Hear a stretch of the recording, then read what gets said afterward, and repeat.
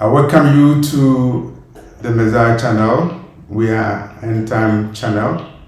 I wish everybody Happy New Year 2023. Today our message is about Brazil, the country of Brazil, South America, Brazil. And we are talking about Brazil in Bible prophecy, the prophecy regarding the scattering of the Hebrews and the regathering of the Hebrews as prophesied in the Bible, in Deuteronomy, in Isaiah, in Jeremiah, and also in other parts of the scriptures. And today, as we talk about Brazil, I want to tell you about the vision that I had on January the 5th, 2023. The vision is significant because I did a fasting in the new year, and this probably was the major vision that I received for the year 2023. In the vision, I saw sheep. They were running away, they were scattered, and the owner of the sheep, a flock of sheep, was trying to get help so that the sheep would be gathered together so that they would not flee. And so I went there, tried to help the owner of the sheep to gather the sheep so that the sheep will not be scattered. And the owner of the sheep said that his sheep have scattered, and some have scattered to Brazil. And I woke up from the vision.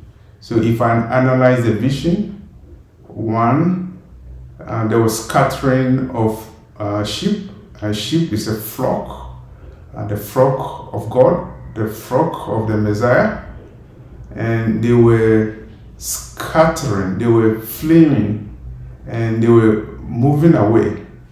And if you look at Deuteronomy 28:64, the scattering prophecy is there.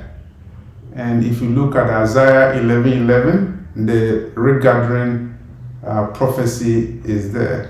What is very significant about this vision is the name Brazil that came. The owner of the sheep said that some of his sheep have scattered to Brazil.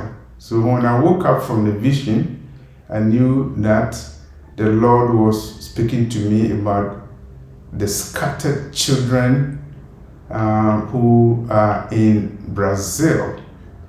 And the vision is also significant because on the 5th of January 2023, I had an appointment to talk to somebody who had done research on an African Hebrews, and also he has also done research about the presence of Africans in ancient Egypt. That is Africa's contribution to ancient Egyptian civilization. I had this vision January the 5th, 2023, few hours before I was going to meet with those people who had done research about Black Hebrews in Israel. Because I knew the Lord was speaking to me about the scattering of his flock, the scattering of his children over the world, I knew that the Lord wanted me to look into the case of Brazil. As you are aware, I've concentrated on the Black Hebrews who were sent by ships to all the four corners of the earth. I've spent more time on the United States, the Black Hebrews in the United States. And so the vision I had about sheep having been scattered to Brazil caused me to do research about Brazil, and these are my findings. According to the research, there were more African slaves sent to Brazil than Africans who were enslaved and sent to the United States. 10 times more African people were enslaved in Brazil than they were enslaved in the United States. And it makes Brazil the largest enslaving nation in the world. The largest slave-owning nation in the world was Brazil. According to the research too, slavery was abolished in Brazil in 1888. The last nation in the Western Hemisphere to abolish slavery. As we're aware, slave trade was abolished 1807. Slavery abolished in 1833, and you can also see that the Emancipation Proclamation in the United States also abolished slavery, quote unquote abolished slavery, but you notice that in Brazil it was not until 1888 that slavery was abolished. What is significant about Brazil is the land. The land is very huge, and it provided an opportunity for Portugal to engage in the plantation economy, plantation for coffee, plantation for sugar, and the Portuguese needed labor to engage in these nefarious activities. And so beginning in the 1600s, Portugal imported slaves from various parts of Africa, and African people were enslaved, and they were shipped to Brazil to engage in the cultivation of sugar and the cultivation of coffee. And as you are aware, Portugal landed in the Gold Coast, now Ghana, in 1471, and Portugal built the Elmina dungeon. They call it Elmina Castle, but it was a slave dungeon, and from this place, Africans were enslaved to all parts of the world, including Brazil. And Portugal also enslaved people from other parts of Africa, including particularly Angola. What did the enslaved Africans do in Brazil? Definitely, they were forcibly used to do sugar and coffee plantation with free labor. But my research also found out that in the year 1708, enslaved Africans were used to build a church in Brazil, a Catholic church in Brazil. The Jesuits used slave labor from Africa to build a church in Brazil, and definitely that was not the only church that was built with free labor of the Africans who were enslaved in Brazil. And so you can deduce from this information that slavery and slave trade was masterminded not only by the colonial powers, but also the church, the Catholic Church, as African slaves were used to build a church in Brazil. And they also decorated the church. And the African slaves did a lot of sculpturing. The Africans were very crafty. They were able to produce a lot of sculptures.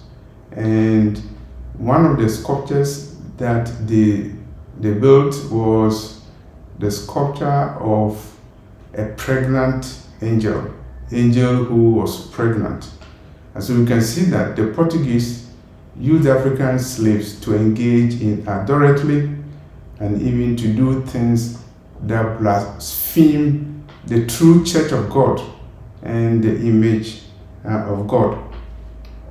The Africans who were enslaved in Brazil, they were quote-unquote baptized. It was a law in Brazil for slave owners to baptize their workers, including the slaves. The slaves were given baptism. And if you baptize somebody, it means you are baptizing the person in the name of the Father, the Son, and then the Holy Spirit. You remember our Messiah was baptized by John the Baptist in River Jordan. And the slaves were baptized. They received baptism, but it was not baptism that would give them salvation.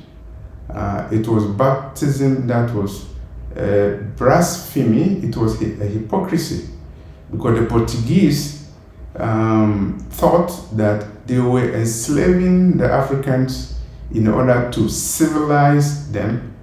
They were enslaving the Africans in order to Christianize them. And so they baptized them. It was a law in Brazil for all slave owners to baptize their workers, baptize their slaves. The theology of the church at that time was not the Christian doctrine, not the Christian theology. It was a theology of a slave master.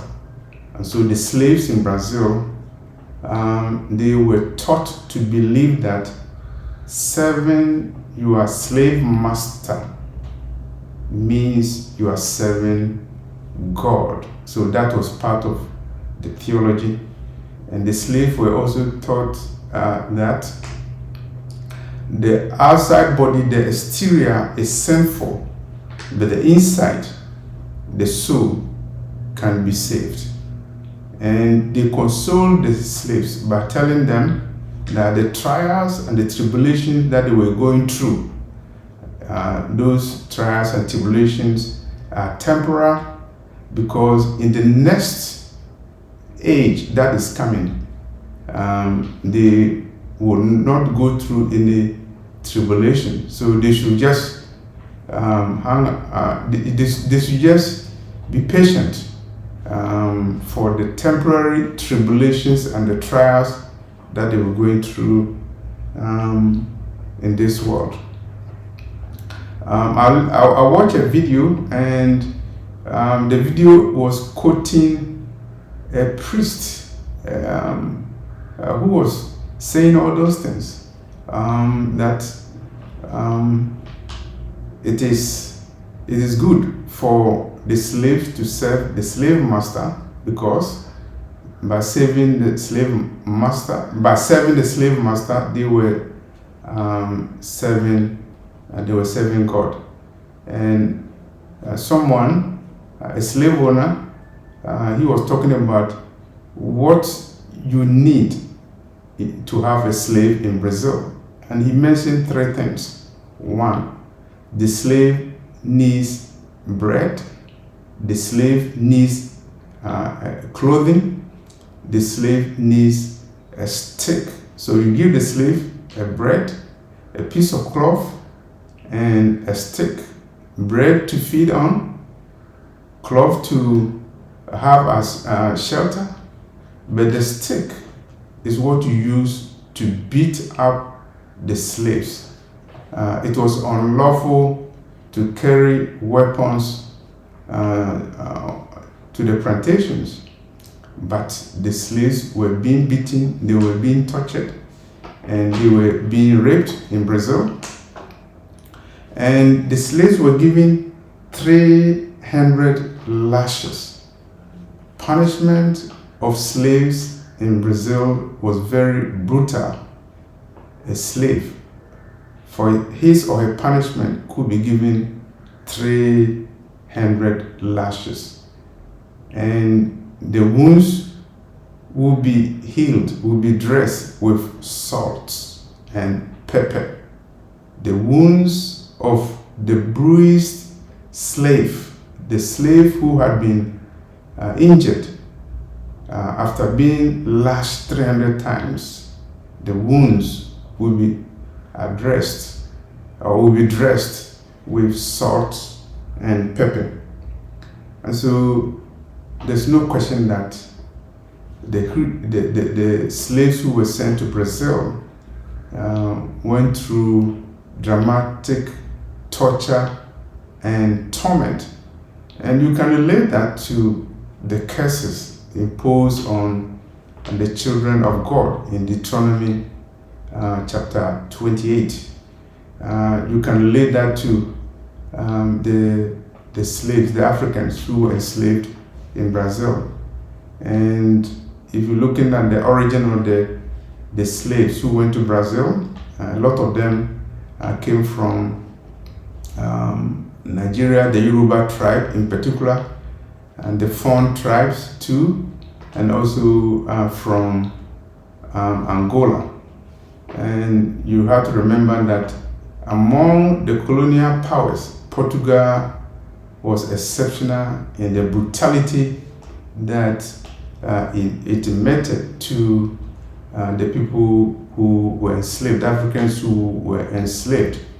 And there's no question that the Africans who were enslaved, I believe that some of them were from the Israeli tribe, because if you look at Nigeria is located in the Guinea coast, and the Yorubas who were taken as slaves to Brazil, there are documentation that they are also a part of the Hebrews. Portugal was very tyrannical, even when you compare colonial policies with Britain and also with France. That is why the colonies that were under Portuguese rule in Africa, they had to go through military armed struggle to gain their independence. The British gave independence to their colonies. Even the French gave independence to their colonies. Definitely, they didn't like it, but they were forced to.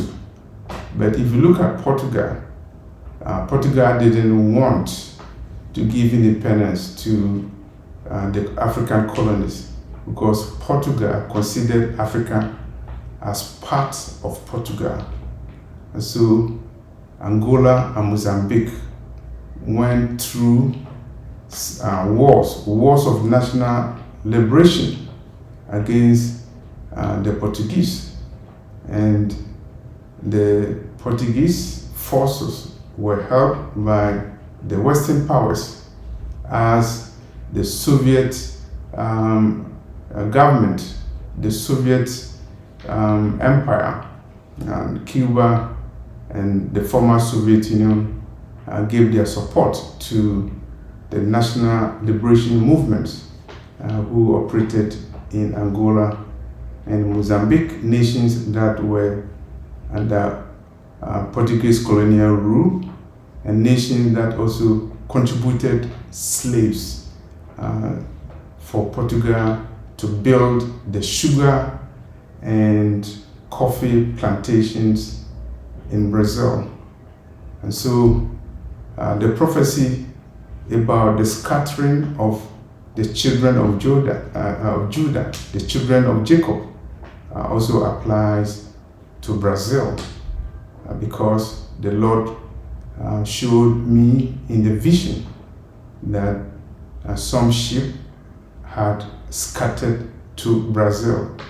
It was a parable, it was a revelation, for me to let you know, as we are awakening the scattered children of Jacob, who were scattered to all the four corners of the earth. And the records show that 10 times more African slaves were shipped and exported to Brazil than the number of slaves who were shipped and exported to the United States. When I say slaves, I'm rather saying an African people, free people who were enslaved. They were not slaves, but they were enslaved. And so Brazil, in history, was the largest slave-owning country on earth. And African slaves were subjected to brutalities unprecedented in the history of the slave trade. And after slavery was abolished in 1888, Brazil pursued a policy of whitening of the population. The white people engaged in sex with the African women, and there were a lot of people who were born through such relationships, making the Brazilian population as white as possible in order to wipe out the history of slaves and slave trade in Brazil. But the Lord watches everything and knows the identity of his people, the Hebrews, who were scattered to all the four corners of the earth. And I believe that when the Messiah comes and he's regathering his children, definitely Brazil will be one of the places from which the scattered children of Judah will be gathered. Thank you for this message. Thank you.